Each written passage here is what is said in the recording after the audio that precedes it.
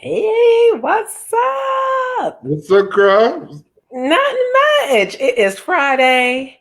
We all got jobs and got a whole heck of a lot to do. A whole heck. A whole heck of a Yo. lot to do. A whole heck. Oh man. But how are y'all really doing? How's things going? All right, we're checking in. Yes, check Yes. in. I'll let Z go first. Um, I'm tired, y'all. I'm just gonna be honest. I'm tired. If the world did not get its money's worth out of me this week, I don't even know how else to say it. Like, oh baby, I'm tired. That's all I can really say. School's going well, work is going well. Um, just a lot of there's a lot to do when it comes to supporting students, changing narratives around the work I do, like sexual violence, and even the narrative around sexual violence in the Black community. Like, there's a lot of work to do. So that's been my week of looking at what can we do and how do we change this narrative. And even the Yeah. So for me, pretty much the same. I wouldn't say I'm that tired. This week has been really, really busy. The last 2 weeks have. The world has been really crazy for the last 2 weeks as well. But personally, everything's pretty much going great. You know, I can't complain about anything. I've been blessed. So I'm good. For me, this week has been I guess in my mind, I can't believe it's October already. And I feel like September went by super fast. Um I had to, if y'all checked out my podcast last week, I did a podcast called Pour Check, Pour Check, because I realized I was pouring a whole lot out and may not have been pouring enough in to still be effective and efficient. And I was running on fumes, y'all. I was like moving and knew it was my body moving, but I was not, I don't think fully there as I needed to be. So I had to really check myself. And I'm feeling good this week. Still a lot. I, I was as productive as I could be this week. So we'll see how the next week comes. But I'm being intentional. I'm taking my time. I'm taking days off. I'm going to give you what I can, and when I can't, then you're not going to get it. So I'm choosing me. That's what I decided. Definitely. I'm choosing me. Definitely. So let's go right into like what's going on today because Yes. yeah, briefly. So just to share our feelings. So last week, or I don't know if that was this week, it was Tuesday, we had a debate, which is probably the worst presidential debate that we have ever seen. And then, you know, it was said definitely at that presidential debate that I don't have a problem wearing a mask. I just am not going to wear it like he's wearing the mask. Like, I'm not going to wear it all the time. So yesterday, the president of the United States gets coronavirus. And about an hour and a half ago, headlines say he is rushed to the hospital and hospitalized. Damn. Okay.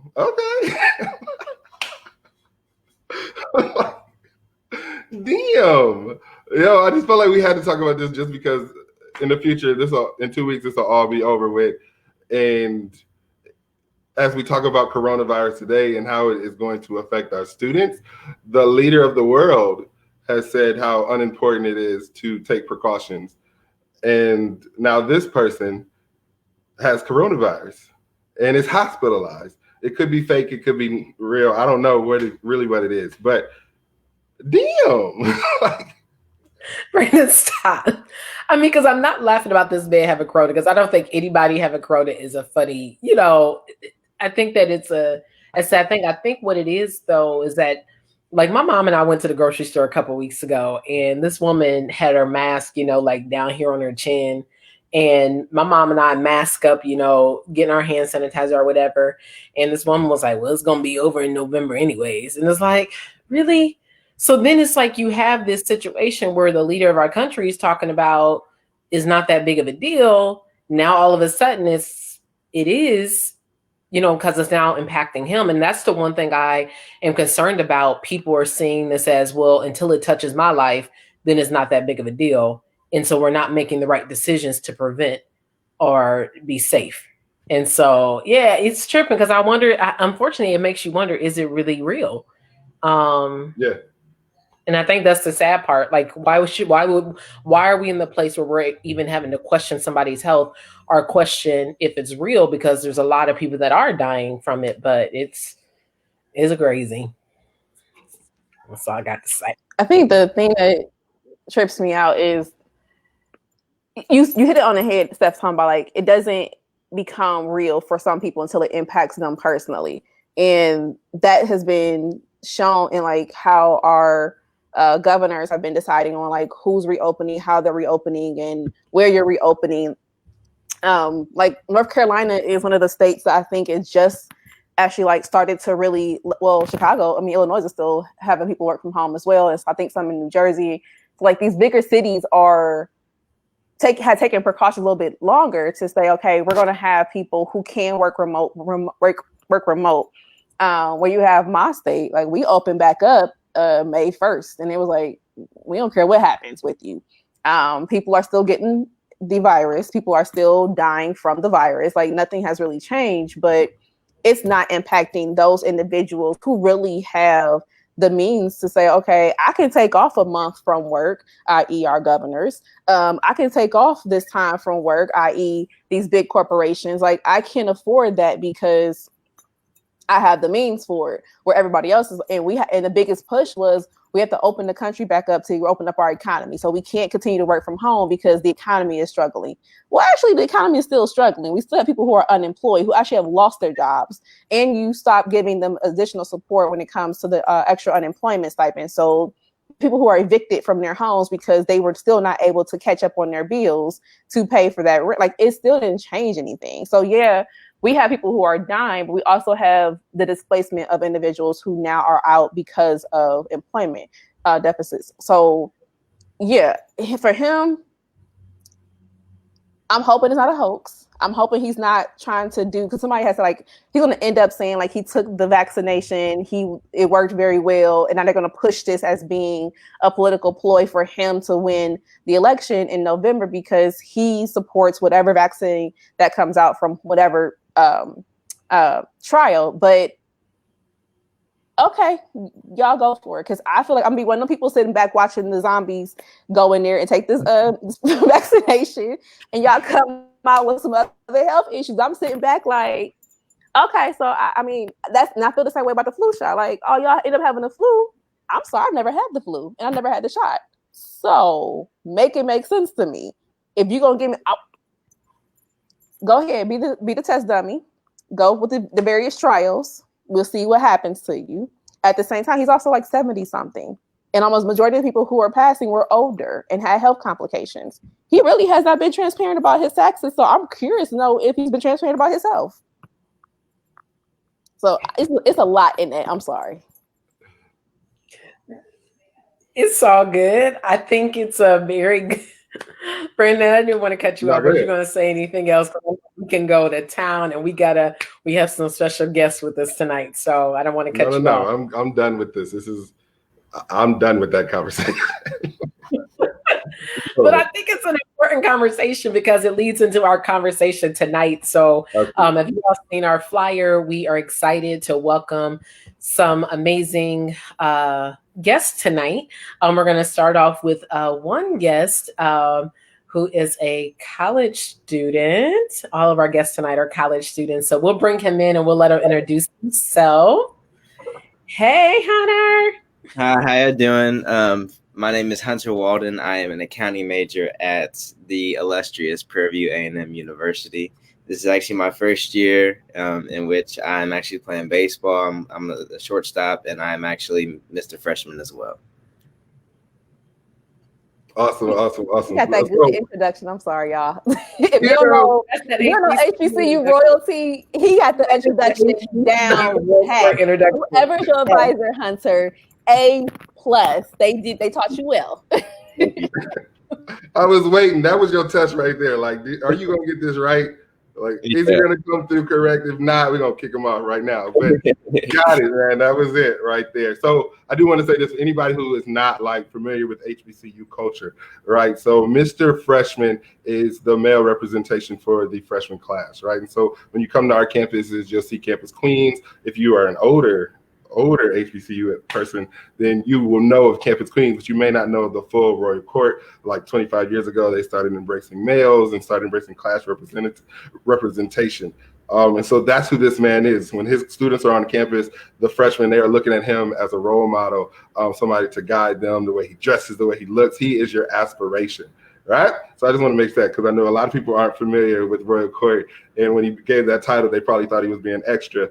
And just want to clear that up. Yes, so you were in high school last year. I was. Okay. So did you remain in school, or when did you come out? So so I did finish. The way my school did it was where, like, so we run off a quarter system. So whatever your quarter 3 grade was, if it was good enough, they just put it for the quarter 4 grade. So after, like, we went on break, we basically didn't come back, really didn't even have to do any work. And it actually affected me a little bit more because, like I said, I do play baseball, and baseball is in the springtime. So I didn't even get to finish my high school season, no graduation, none of that. So I just jumped straight into college. Dang, that sucks. Yeah. So I am from the admissions round, right? So I'm in the recruiting. I'm the person that's going to talking to students and trying to get you in. So I'm really inquisitive about your experience in finding your college and how you got there. Was it difficult knowing that you weren't in school? Did you still have those people who were kind of pushing you towards going to HBCU? For me, like I said, I got recruited for baseball, so I definitely had options. Luckily, I had already, like, by the time Corona hit and everything, I had already been signed to Prairie View, committed and everything, so I still had that locked. But, like, as of, like, throughout college, it was a little bit, like, scary because we were getting to the end. It's like, I don't know what I want to do. I don't know what to do. And my parents are here helping me get through everything. And I did actually find a set place, and I was actually happy after everything got settled.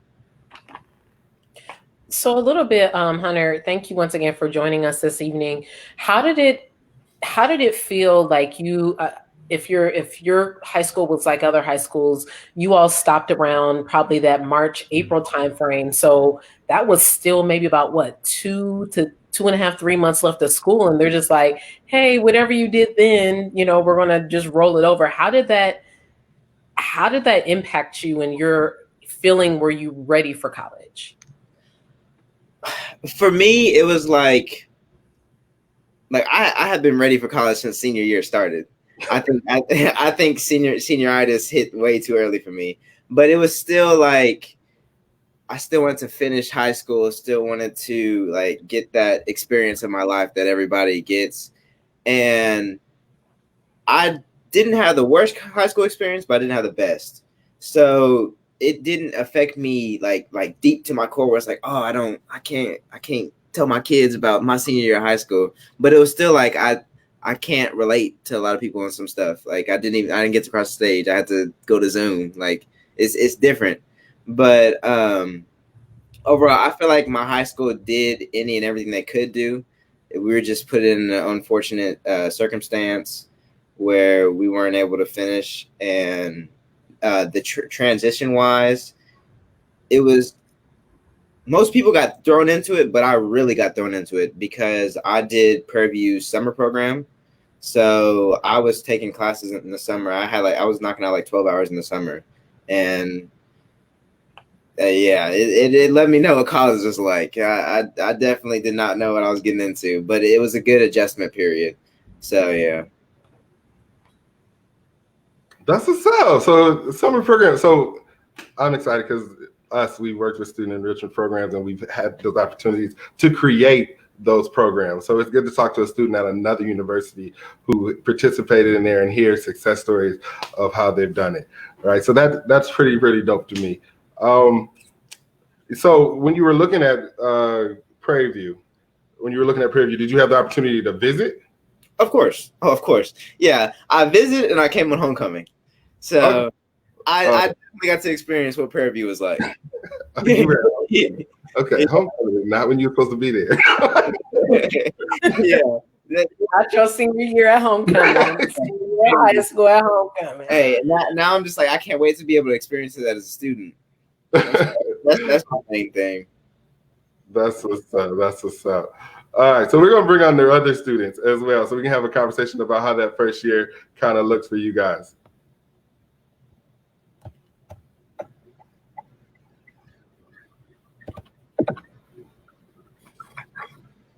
What's up, you guys? Hello. Hello. All right, we'll give you an opportunity to go ahead and introduce yourself. We'll start with Nisa. I'm Nissa Das. I am a sophomore at Harold Washington. My major is art, and my goal is to transfer to Columbia College in Chicago to major in digital animation. Hello, everyone. My name is Doniska Taylor. I am a business administration major at the Great Central State University. I am from the land of the sea and the home of the waves, Nassau, the Bahamas, and I'm a graduating senior. Hey everyone, my name is Raquille Sands, also a native of the beautiful Nassau, Bahamas, business administration major with dual concentrations in management and marketing at Central State University. Hey. I just want for everybody that used to wonder when Brandon and I would spend a couple of recruiting visits and would tell y'all we was in the Bahamas, people laughed at us and thought so y'all got a trip paid to the Bahamas. Y'all sure you were recruiting. Here are the products of our recruitment trip. This is 2 of many. Okay. I just wanted to make that clear because people came for us, Brandon. They did. Trip. And it is many. 100 plus. Many. See, 100 plus is the legacy. Boom. Sorry, I just had to throw that in there, Brandon. They thought we were kicking it at the beach. No, we were recruiting. I mean, we were, but we were working too. After we got them enrolled. After we spent 8 hours recruiting a day. Okay. Definitely. I see you in the chat. I see you commenting. Listen, welcome you guys. We're so glad you guys could join us. And we just want to talk about your experience this year, right? And so how this transition happened for you guys.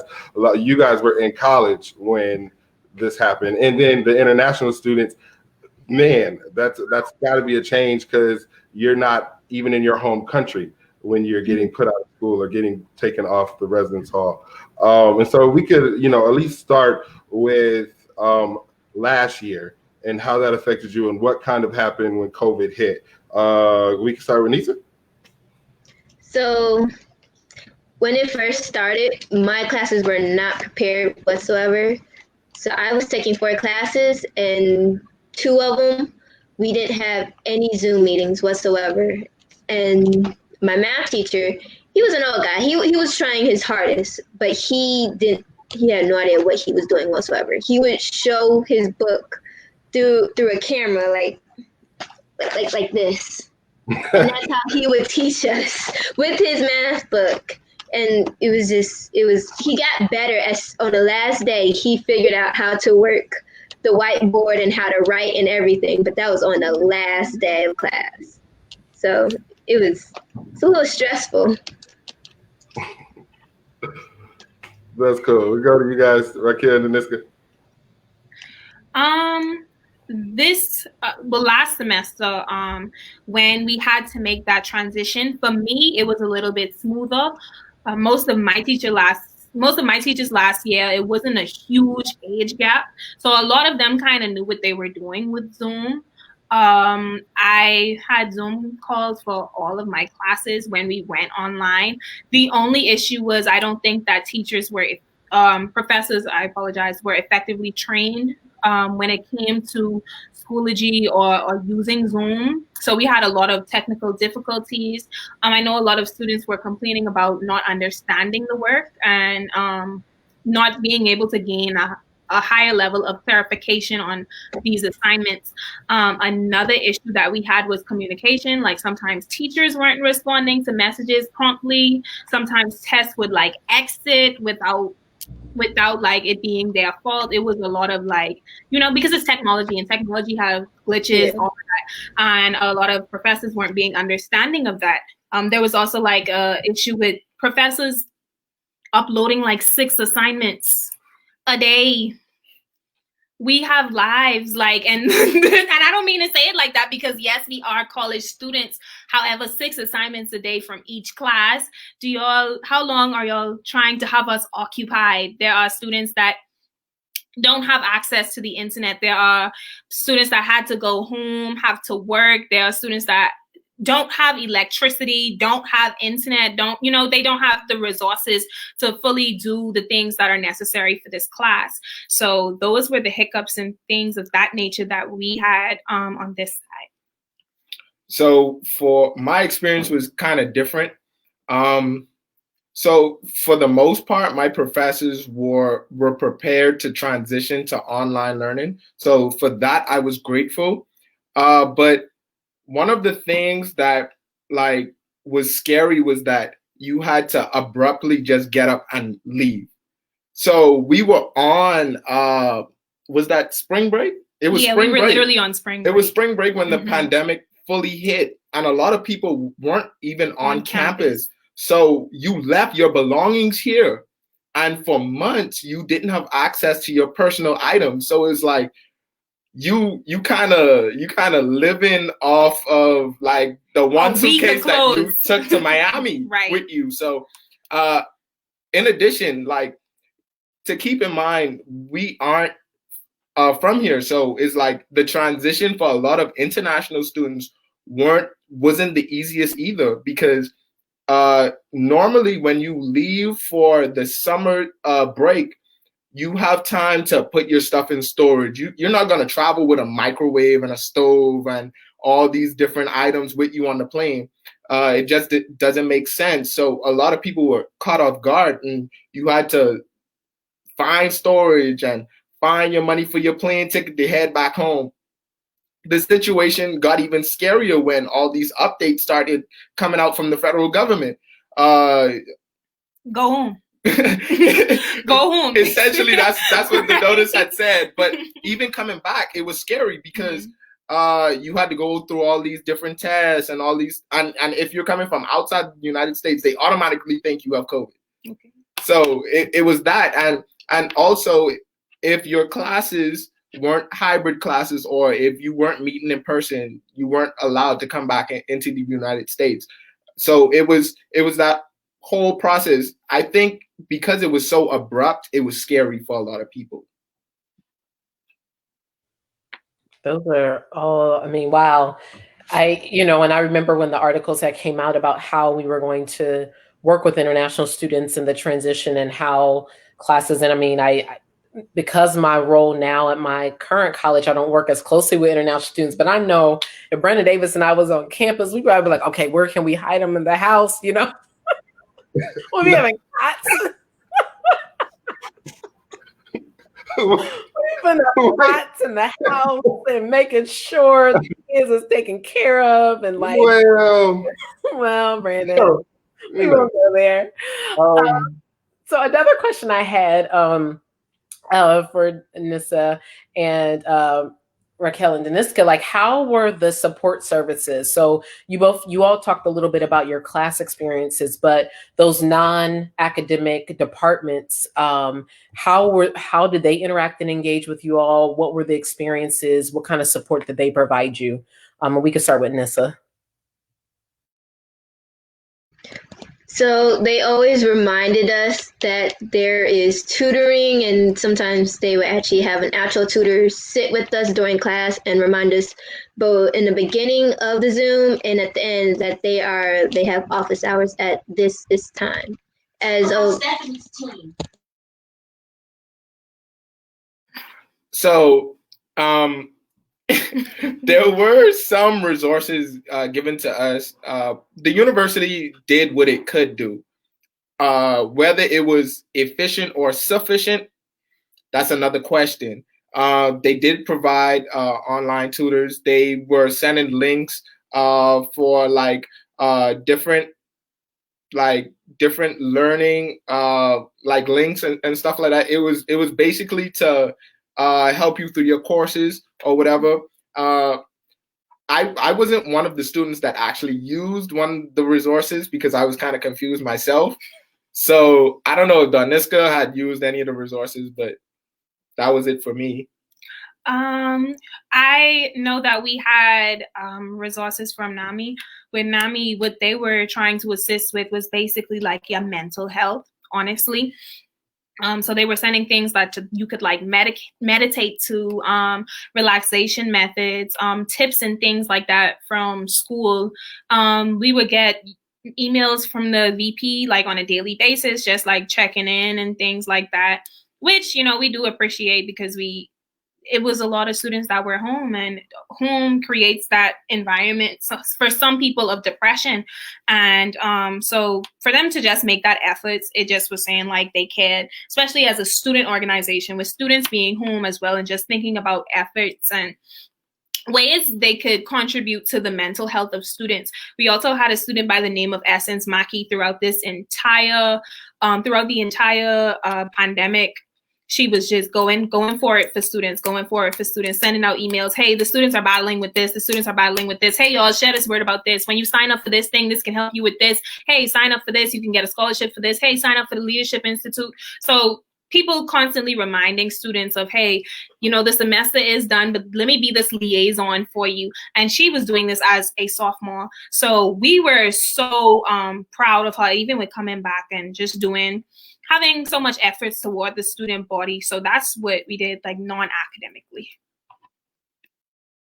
So for Hunter, I'm curious to know, how was the orientation process? Even though you were there over the summer for like an early start program, you still came on campus as a first year student. So what was that like?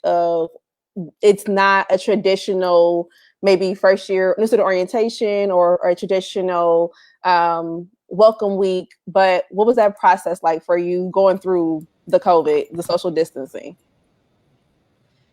Yeah, it was far from traditional. They promised a lot. I'll give them that. They promised that we were gonna still have the same traditional type stuff, but no, we got up here. We went through orientation. I think orientation was actually virtual, so not too many people really actually did it. But at PV, we have a thing called Panther Camp, which is the first week that the freshmen move in. They have stuff to do, like, because it's just freshmen and the upperclassmen aren't here yet. So they have stuff to do every day, and it's like a big traditional thing. And we have buildings, and we have building challenges, and we get sister buildings and everything. So we had 1 day of Panther Camp. So we had that, and then someone didn't like something, and they got canceled for the rest of the week. We also got our pals taken over. Oh, wait, did something happen? Can you hear me?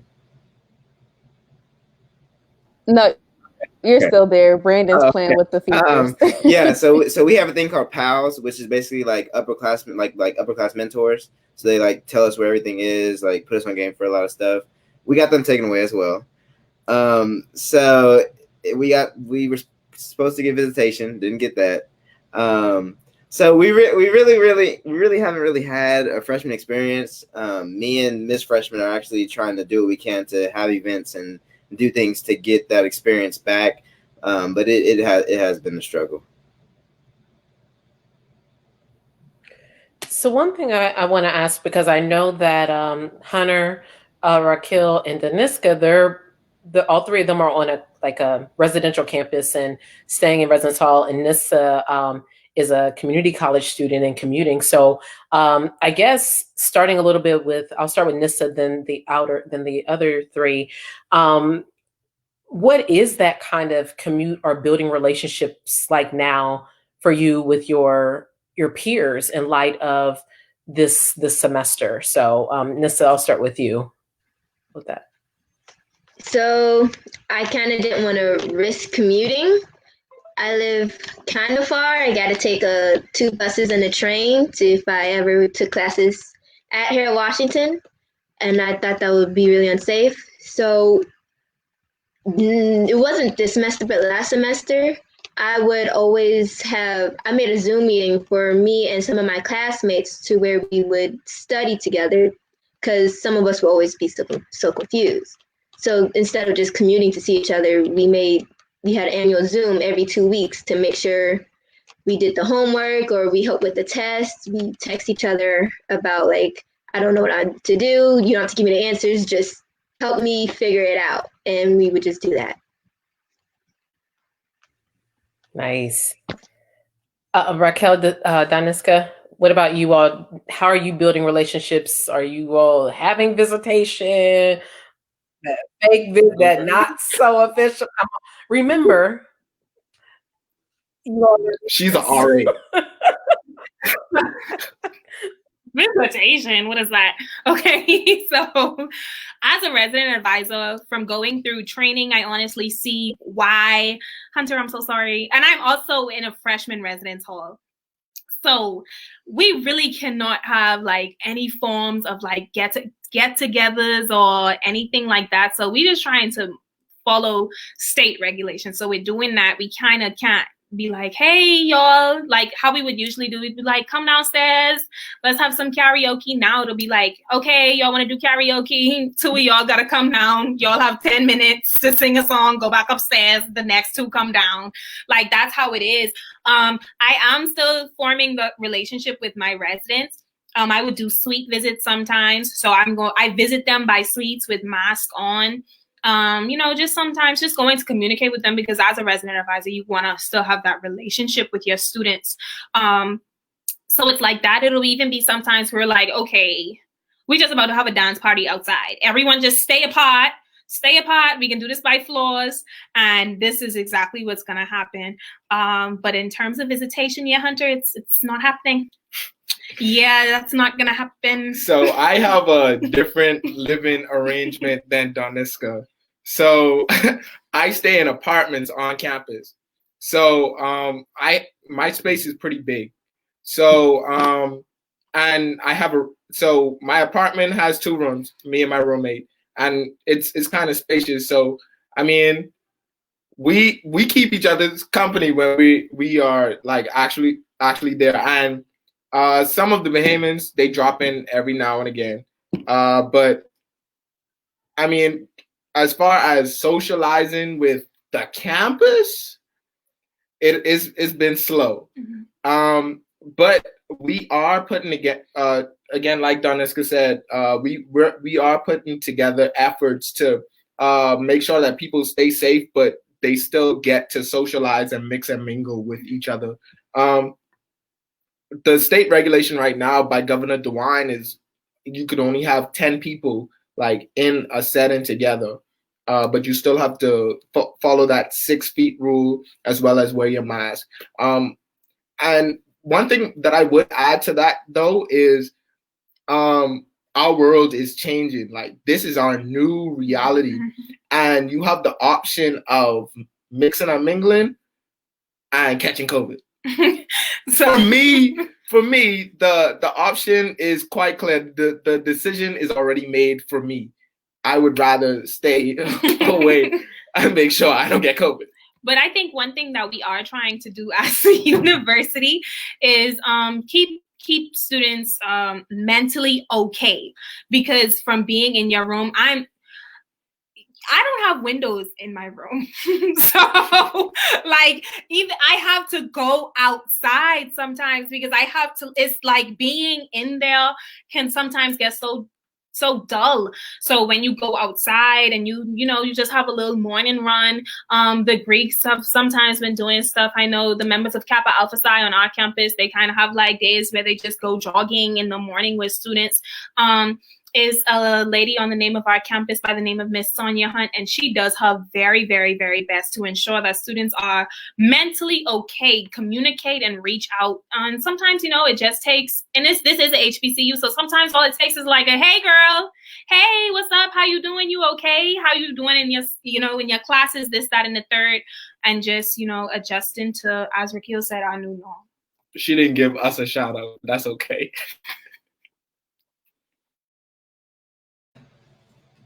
Okay, so I think from my perspective, it was like I understand that we're not gonna get like full on visitation. I wasn't saying that, but like before we even got to the campus, they kind of explained to us that like if something happened, we would be working in a green, yellow, red phase, where the green would be basically doing everything that you can, but still working at a certain capacity. Yellow is like kind of half online, half still in person, and then red is completely virtual. So it was like when we got down here, we were in the green phase and we were doing everything we were supposed to, following all the rules. And we had like a few cases, and then they went straight to the red phase. And it's like we just stayed in the red phase, and they're like, we're not getting out of the red phase. And we've been doing what we're supposed to do. Cases have been going down. We've trying to make something work. So I think that's why now that we do have a royal court, now that we do have people in positions, we're trying to at least find a happy medium where we can at least get back to the yellow phase and not just be stuck in the red phase. Like I know we're not gonna have where we mass gatherings. Like I'm not talking about that, but like they did originally agree on when we do have visitation, it's like we gonna have like one person in our room or one person over and stuff. So it's like that. I feel like that's a little bit more reasonable. So we're just trying to, like I said, find the happy medium to get somewhat of an experience. I know we're not gonna get the full experience, but something.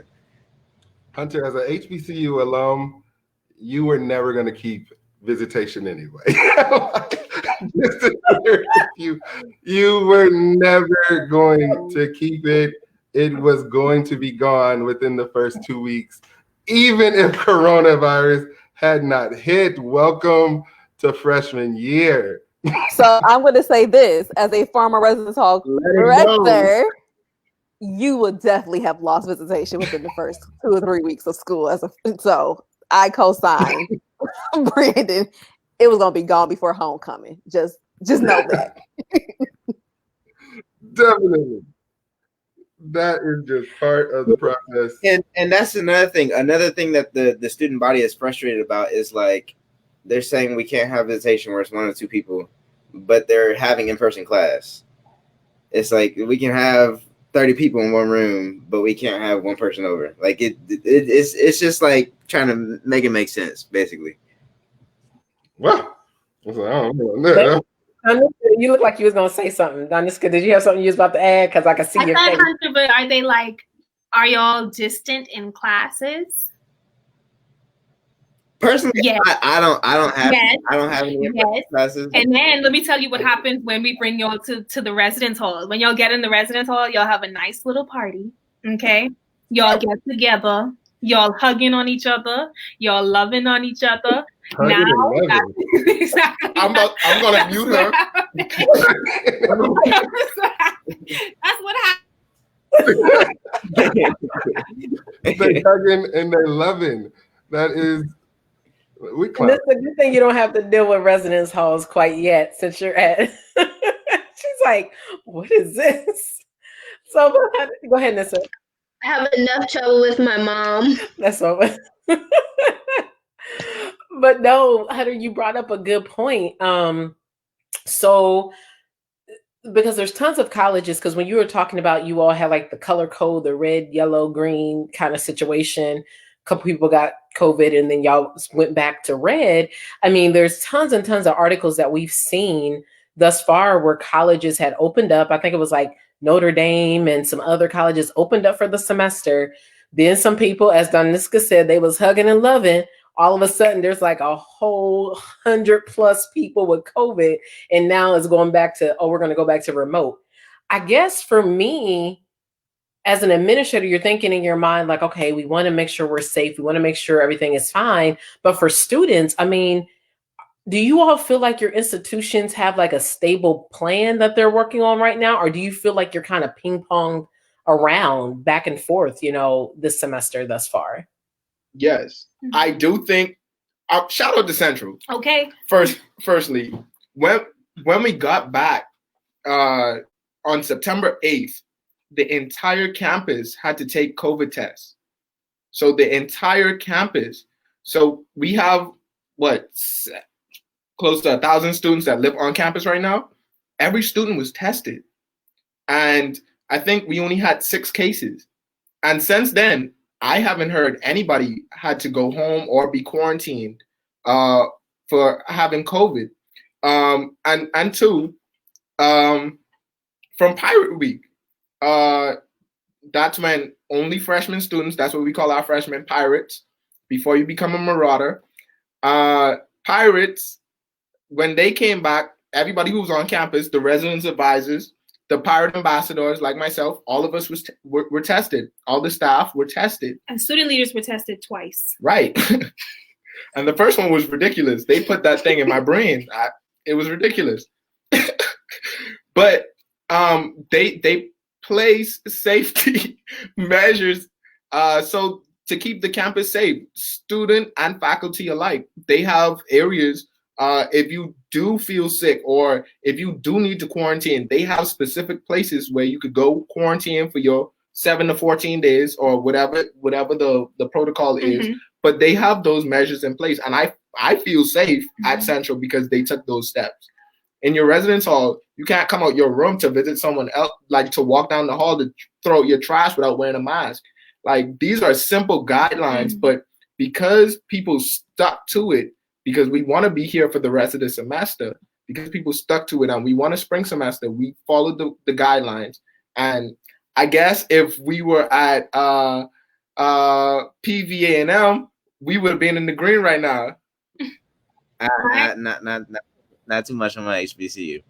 I think as a university, though, that really shows, to me, it shows that my university cares, because you're not sending us back home to put our family at risk or anything like that. If I suspect that there is something here for us to, just really just quarantine if we need to. And that says that you care. Additionally, our new president, Dr. Jack Thomas, is always ensuring that he's getting the voice of the students. Or we're always the other day we had a meeting where we were socially distanced. We had a meeting and in the meeting, he's asking us what's happening. We're telling him teachers aren't as effective as they need to be. We need better communication. We need something within student affairs that will make students feel more comfortable, more at home, to especially give these freshmen the HBCU experience that they were expecting upon the completion of coming onto this campus. Now, the thing is with him, not only was he giving solutions, but his entire team is writing things down and formulating plans. And we're asking how we can form connections with even Miss Sarah Mays, which is the mayor of Xenia, and we already have that connection already. So I think that we are working toward not only forming connections to help students better themselves academically and socially, but it's also showing heart within your university. Now, I don't know what they do at Prairie View, but here we care. Okay, I apologize, Nissa, if I'm cutting you off, but I gotta come after that one. I feel like my HBCU is doing what they're supposed to, but I feel like they're just lacking in a couple areas. Like they said, it's that way, no, that way, yeah. They had mandatory testing. For us, it was like we got on campus and they only made athletes tests. It was only mandatory for athletes. And then we had a couple cases from the athletes, and they're like, okay, everybody has to get tested. And then they're like, never mind, nobody has to get tested. So it's like, there was never really a set time where everybody had to get tested. I feel like if everyone got tested, we would be fine. Well, we would probably have a lot more cases, but we'd be fine. But that's where I say like they're doing a good job, but they're new to this, so you can't be too hard on them. They're new to this, so we definitely understand. It's just some stuff is like common sense, And no shade to any of our institutions. It's definitely a time, we talked about this on our last podcast, where everything's unknown. And so people are being really reactionary because this is new territory. So Central, Prairie View. Come on, Harold Washington College, Brandon. Harold Washington College. There we go. So all of them, we know that last year they weren't in this situation. And so this is something completely different than they have to deal with. And we talked about that because the three of us are really, really hard on institutions because we come from that leadership position on making sure that they have those plans, making sure they're being proactive. But it is new. And so when you have those leaders who are saying like, hey, we're trying this, that's to be commended, right? And so no shade towards any institution who's going through this time. As long as I know, like, they are going forth and taking care of you, and they're trying their best to put you through or get you through the semester and make sure that you're safe. That's what's most important. There was something that was said earlier from you guys about kind of last year and how that happened. That kind of stuck with me because I remember when I was actually feeling fine about COVID when it first hit because, you know, I'm not in school. Although I work at an institution, my institution is a community college. So we were very, very prepared for students to transition to online. So it didn't affect me because we have an online program in that way. So I wasn't worried. And then I got the call from the international students that I worked with at Central. And then that's when I did the whole podcast. I got nervous and it made me worried. I got the call from a student who said, Brandon, if I go home, I don't have electricity. Like, I'm going home to a place where I'm going to be doing online learning with no electricity. You know, I got the call like, hey, Brandon, I got to leave in 2 days. Where's my stuff going? Like, I don't know what to do with that. And I'm going to Texas. I'm going to Miami, like to stay with somebody in the Bahamas. I'm going to Columbus. And so, you know, that was kind of where my panic came in, like, oh, hell. Like, okay, so now I have students everywhere. I had an aunt who called me and was like, hey, any of those, you know, international students need somewhere to go? Like, if we, you know, I'll put them up or something. Like, nah, you know, I'll figure it out. We got them somewhere. But I still got stuff in my garage that I don't know when y'all coming to pick up. But text your friend, put it in the group, tell them it's still in the garage. But that was kind of like the shock. And then I had a conversation with a colleague when you guys came back, and it was stories out there like we talked about, like Hunter shared about Prairie View, where students were, there were systems in place where they had like people in red and blue and things like that, and there were rules laid out. However, I'm very proud of our institutions, but some of those institutions, I think it was either UC or UD, one of those, where students were still out partying and having fun, and they were being condemned like, hey, listen, like, look at those college students out there. And I had a conversation with my colleagues, like, what did we expect? Like, if I went to college at 18 years old, like if I'm Hunter and I'm going to college, my expectation necessarily wasn't that I wasn't going to go party. Like, it wasn't that I was going to be stuck in a room. When we talk about our college experience, you didn't most likely go to college and say like, I expected this, where we have now. You probably expected what you were sold last year or what we've presented to you in the past. Like Hunter said, he came to homecoming, you know. Yo, so if you visited during homecoming, you got a different experience than what you about to get now. Is your homecoming virtual or y'all haven't? What are y'all doing? As of now, I think what's going to happen is they're trying to move it to the spring, where it'll probably end up being Spring Fest and homecoming combined. So if Corona magically disappears or there's a vaccine or something and that happens, I'm looking forward to it. Yeah. No, that's a completely different experience. If you came to homecoming and saw, especially at HBCU, what that was supposed to look like, and then you came to your orientation week, and after a day you were said, go to your room, don't come back out. Like, that's not what you were sold. And especially if you're talking the community college route, because that's where I'm at now, it's a community college. When you were coming to that community college, you were talking about the programs, you may not have been sold based on like, do they have a robust online program? Or are there programs set up like this? And so for those colleges to have to move and have to make that big shift, it's different than what you were promised. All right, and I commend each of you guys. You guys all seem like you love your institution. You're having a great time there, and you're making the best of what it is, as well as your institutions are making the best of what it is in this time. But it's a different era for us, and I know it's difficult for everybody, especially in higher ed, to kind of figure this out and adjust to it. But I commend you, and I expect, like, you know, you're a college student. I don't expect you to say that you had karaoke and only 2 people came down. I know 5 or 6 people snuck down there. You ain't got to tell me. I know, because I've been there. I know it was like 20 of y'all was hiding in the back somewhere, coming out, hugging and loving, because that's what hugging and loving they do. All right. Brandon, let me get in here real quick with the Go question. ahead. Tell you, I'm done.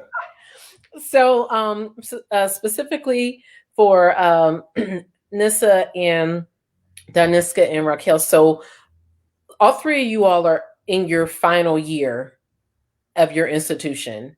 Technically, I think not Doniska and Raquille, you're in your senior year, and Nissa, you're in your second year at Harold Washington. So, Nissa, if you can share with us, like, how do you feel your college is doing to help you prepare for that transition to your next of transferring to Columbia? I mean, are there any sort of, you know, what kind of services, support? Do you feel like you're going to be prepared to transition? Kind of tell us a little bit about that aspect briefly. I would say I'm partially prepared because I have Miss Ellen. She's always emailing me about transfer fairs and connections between Columbia. I have my I have a lot of people just emailing me to help me prepare. They said, "Do you have any questions?" They're signing me up for certain stuff, and when I get a chance, I email them and ask them, "What am I supposed to do about this?" I'm like, and I specifically ask a lot of people, like, "What classes do I need left to be able to transfer? And will you guys help me for at least? Would you guys follow me when I'm in Columbia College, because I would not know what I'm doing?" But I do know that they're trying their best to prepare me, make sure I have everything done and everything that transfers with me, so then I won't take any extra classes. Doniska and Raquille, I know that you all are about to graduate and you're about to transition to career, grad school. Kind of how is that? No, kind of experiencing COVID right now, and with uncertainties about what the rest of the semester and going into your last semester of undergrad. Like, kind of how are you feeling about the potential transition? Are you feeling prepared? Do you have support?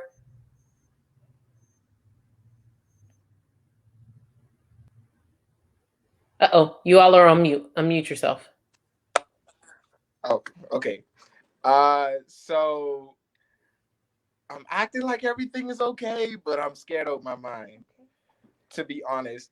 So the plan was graduate, go straight off to grad school. On top of already like freaking out about how you're gonna pay for grad school and all that good stuff, you also have a pandemic. A lot of people um, that were planning to go to grad school this fall pushed it back for another year. So now you not only have to compete with people who are exiting their program in the spring with you, but you have to compete against also the people who delayed going into their program, and now it's a whole new circle of competition. So that's something that you have to worry about. Um, but one thing that I would say is, again, shout out to Central State for implementing a grad program, a business program. They now have an MBA coming on stream for the spring. So that is an option for Central State students who get first preference for the program. Um, but in terms of also being an international student, it's always the question of, am I going to take on my OPT this year, or am I going to delay it for a year, or am I going back home, and do I have a job secured back at home?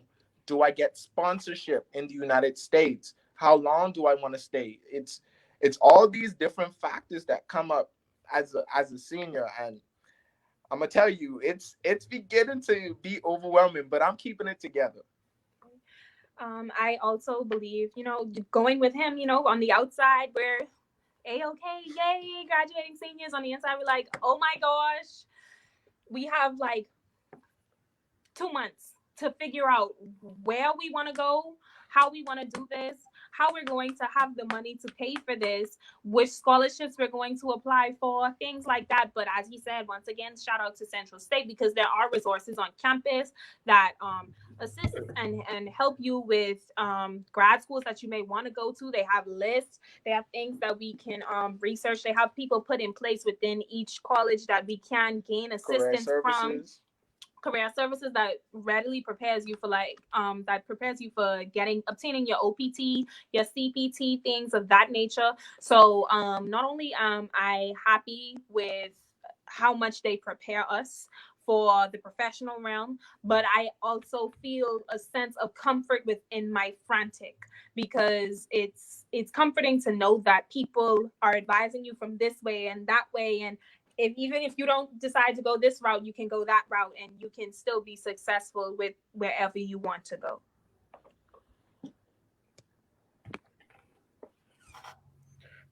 Awesome.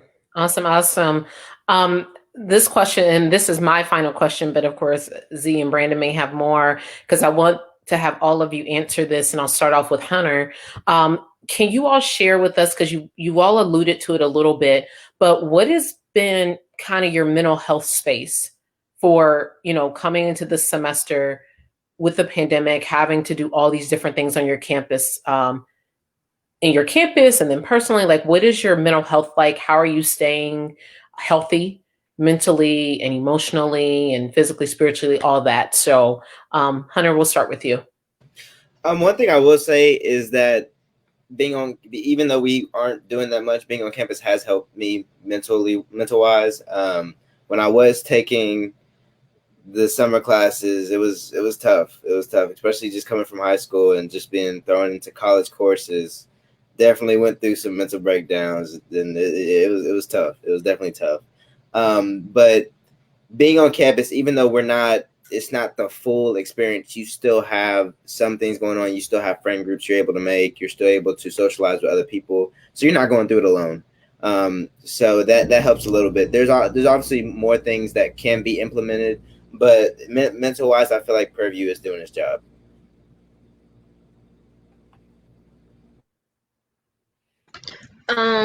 For me, I guess it would have to be my family and some people I'm keeping in contact on Messenger.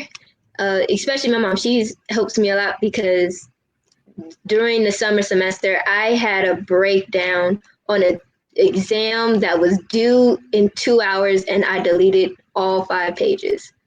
That was terrible. So my mom had to help me, and I just was just bawling, and I had to call my cousin, and my mom helped me. I was able to send it in on time, but I'm not here alone. So, and my cousins come every other week, so they're keeping me sane and healthy.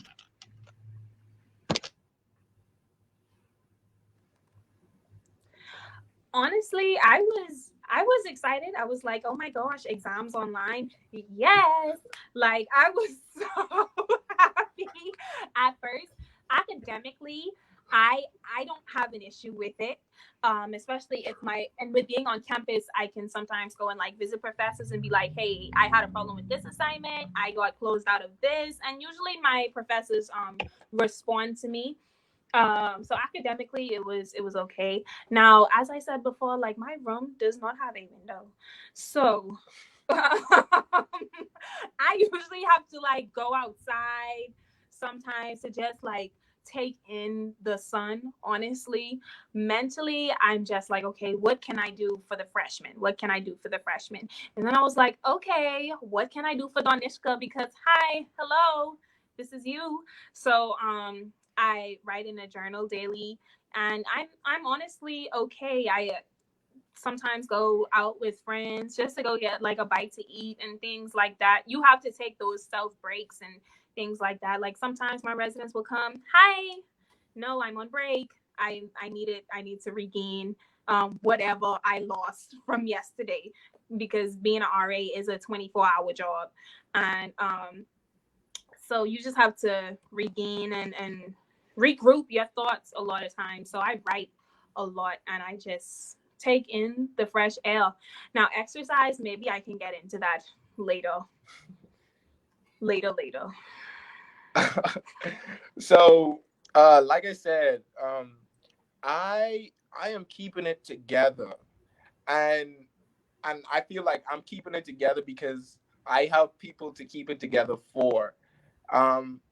It's a lot of people that come to me, and I have to pour into them on a daily or even a weekly basis. People come to me all the time, and it's sometimes I have to take a step back and refill myself. So Sundays are my days to do that. So I would get up early on Sunday, I'll blast gospel music all over the apartment. I just soak it in, and then I'll clean the apartment. So while I'm cleaning, I'm kind of like letting everything else go from the week prior. Also, I'm trying to like get myself back into physical shape, like every so often, like work out. I haven't been consistent, like, but I'm getting in that groove. So what I'm trying to do is create a routine for myself. So jump into a routine, like you get your exercise, you go to eat, you go to you set a time to do your assignments, like so you don't get overwhelmed with it. um so that's where I am mentally, and also a big component in like your holistic health is your spiritual health. So you got to keep your spirit intact, and that this is an awesome time to do that, because a lot of the things that we attract is from the people that we are around. And now that you have to be by yourself more, you could work on your flaws and things that need improvement. Everybody needs improvement. So take this time for yourself and build yourself up while you have space to yourself.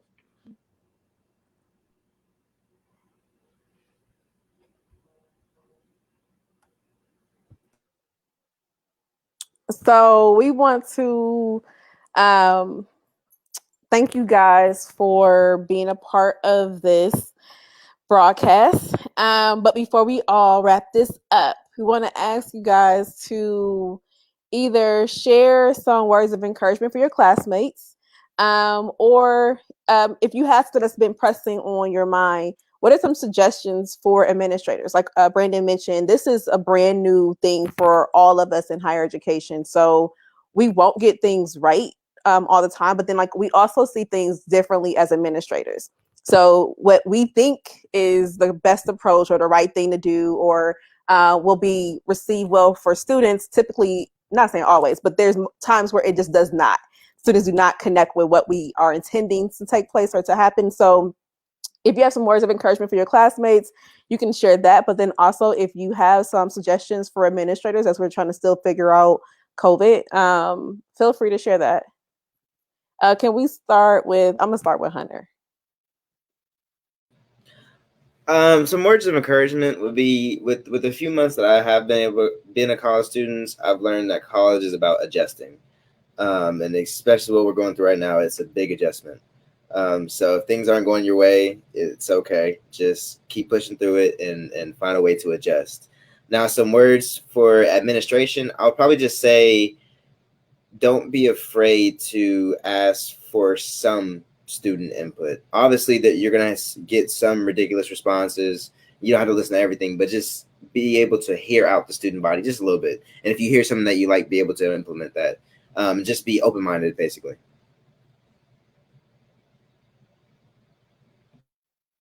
Nisa, I'm sorry. Nissa. For me, it would be to don't hesitate to email your teacher. Like it, even if it takes a second, they'll always email you back. If you hesitate, it's gonna affect you in the worst way. And that's about it. That's the best one I got. Raquille and Doniska.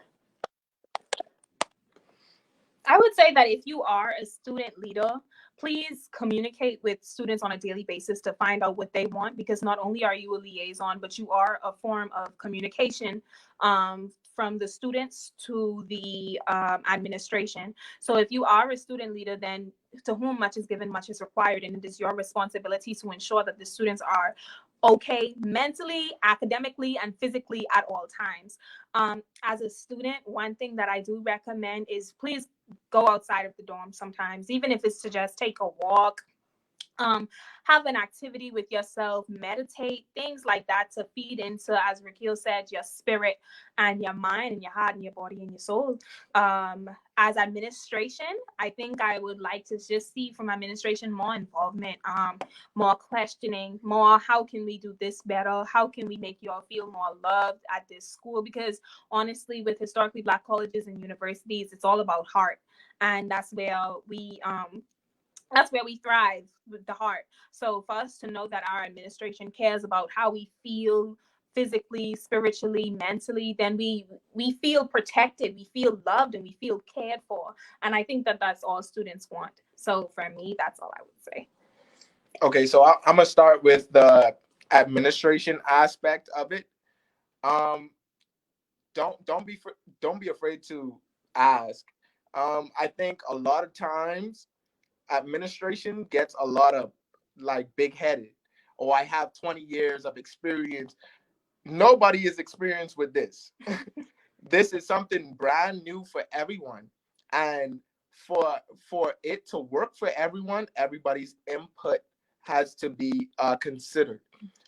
So I think thoughtfulness is the word that I want to use. Put thought behind everything that you do for people, but for students. And this is some of the best advice you would ever get. I promise you.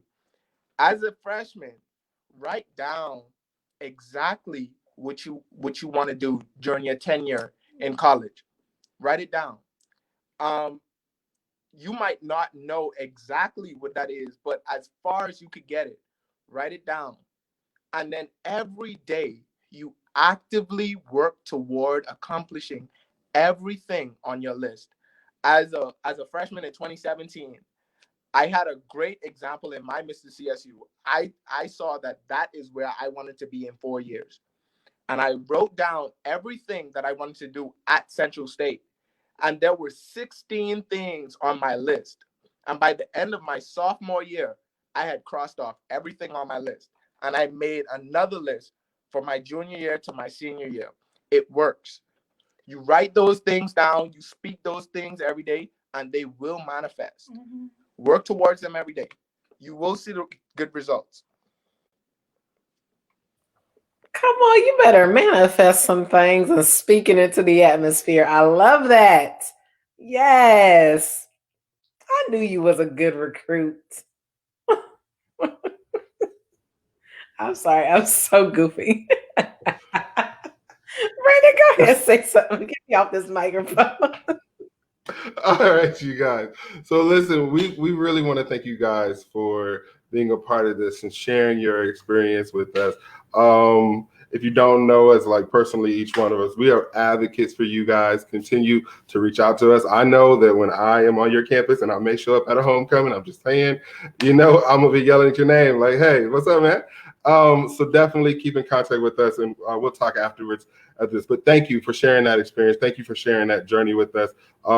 Patience, I know this is tough for everybody, right? For leadership, but also for the students. It is especially tough for us, for you guys as students. All right, but love you guys. Any parting words? Steph Zakia? I would just say something like Raquel, when he had mentioned his comments, he gave me full life because I'm like, yes, make sure that you are pouring into yourself. I think that that is such a critical thing because you're pouring so much out. You're pouring out for your family, you're pouring out in your schoolwork, you're pouring out in your friends, on your jobs, and you have to make sure you're pouring back into yourself. And so I want to encourage you all, check out my most recent podcast. It is literally called Pour Check, Pour Check, and it's talking about that specific concept. So, of course, Free Your Mind with Dr. K is my podcast. You can find my podcast on Podbean, Anchor, and Podbean, Anchor, and Spotify. And so also please follow our Truth Be Told Facebook page to continue to get connected with us and hear some of our different topics and our sharing out into the world. So I just want to say, I heard all four of you at different places in your lives, one thing I want to encourage you is give yourself grace. The fact that you have a first year student who has come onto campus first time in college is during a pandemic. You have Nissa who is getting ready to transfer to another institution. And it's going to be a totally different environment, totally different culture and expectations going into a new area. Then we have Raquille and Doniska who will be graduating in a few months, trying to figure out life at a different stage. Give yourself grace. There are going to be some moments where you really are not going to know what's going to happen. Don't panic, because if you trust yourself in knowing that you made the right decision to go forward where you are, continue to trust yourself that what's going to happen next is exactly what's intended for you. So give yourself grace. Do not be hard on yourself. The pandemic is going to be around for a while. It may dwindle down a little bit more, but even just navigating, getting acclimated, being positive, being present for each other, give yourself grace in that space. All right. Well, with that, we will part ways and end this podcast today. Again, thank everybody for participating. I don't know why I'm ending, because I don't have anything to say when I end. I just go, all right, I'm out. But you guys can end in your way. Oh, my ending to my podcast is continue to free your mind. And for mine, which is the Sankofa experience, is continue to live your Sankofa, which means continue to reach back into your past so that way you can move productively and effortlessly into your future. All right, you guys, out.